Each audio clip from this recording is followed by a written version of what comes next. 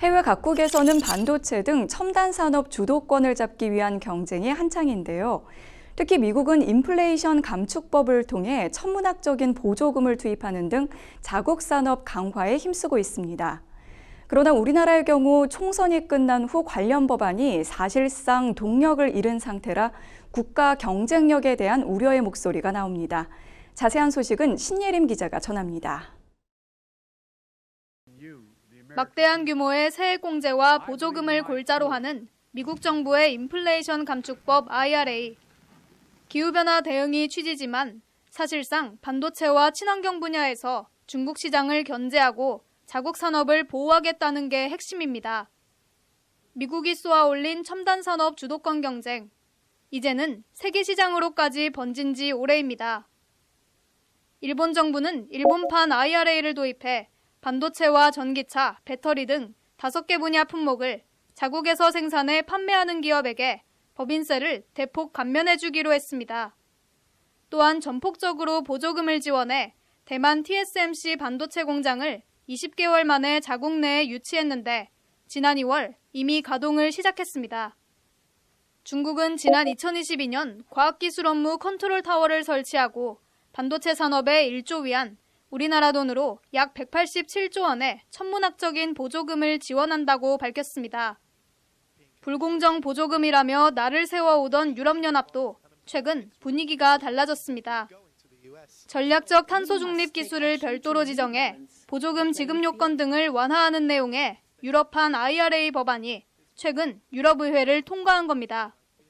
주요 선진국들이 앞다퉈 패권 다툼에 뛰어드는 가운데 한국도 반도체 산업에 대해 과감한 투자 지원을 약속하는 등 대응에 나섰습니다. 미국은 반도체 기업 유치를 위해 천문학적인 보조금을 지원하고 있고 우리나라가 이러한 흐름에 뒤처지면 반도체 산업뿐만 아니라 경제 전체가 도약하는 데 큰 어려움을 겪게 될 것입니다. 지금 벌어지고 있는 반도체 경쟁은 산업 전쟁이자 국가 총력전입니다. 정부는 반도체 산업 유치를 위한 투자 인센티브부터 전면 재검토하겠습니다. 국가전략산업 투자 활성화를 위해 세액공제를 현금으로 지급하고 이를 기업 간 거래할 수 있도록 하는 이른바 한국판 IRA. 현재의 투자 세액공제가 법인세 공제에만 한정돼 영업손실을 보는 기업은 혜택을 받기 어려운 부분을 고려했습니다. 그러나 한국판 IRA 21대 국회 처리는 사실상 불발됐습니다. 22대 총선 결과 국회가 또다시 여소야대 국면에 들어가면서 정부 여당이 추진하는 정책들이 동력을 잃었기 때문입니다. 야당도 첨단산업 지원에는 공감하고 있지만 현금성 보조금 등 직접 지원보다는 세액공제 중심의 지원 정책을 추진하고 있어 관련 논의가 쉽지 않은 상황입니다. 첨단산업 지원을 골자로 하는 K-칩스법도 일몰을 앞두고 있습니다. K-칩스법은 반도체 기업이 설비 투자할 시 대기업은 최대 15%, 중소기업은 최대 25%까지 세액공제를 받을 수 있는 제도입니다.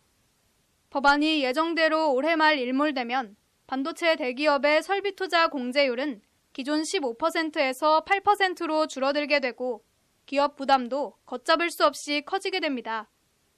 이 같은 K-칩스법의 일몰 시기를 6년 뒤인 2030년으로 연장하는 개정안이 마찬가지로 계류 중이지만 국회 임기가 얼마 남지 않은 시점에서 다뤄지기란 사실상 불가능합니다.